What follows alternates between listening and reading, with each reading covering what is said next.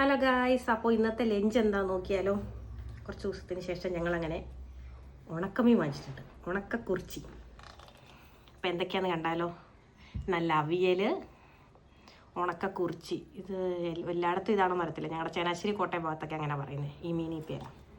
പിന്നെ തൈര്, നാരങ്ങ അച്ചാർ, ക്യാരറ്റ് തോരൻ. അപ്പം എങ്ങനെ കഴിച്ചാലോ. കുറച്ച് തൈര് എടുക്കട്ടെ, എല്ലാത്തിനും തൈര് വേണം ഗൈസ്.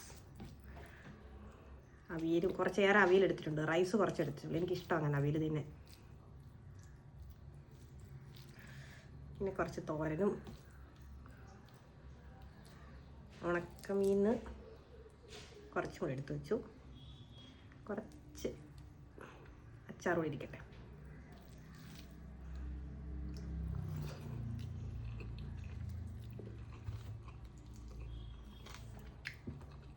ഹലോ ഗൈസ്, ഇച്ചിരി എരിവുണ്ട്.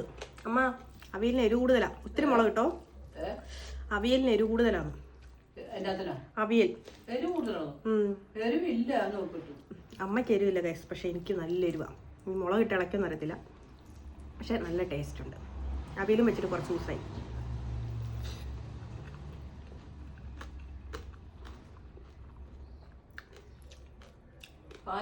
എരിവുണ്ടെങ്കിലും സൂപ്പറാണ്.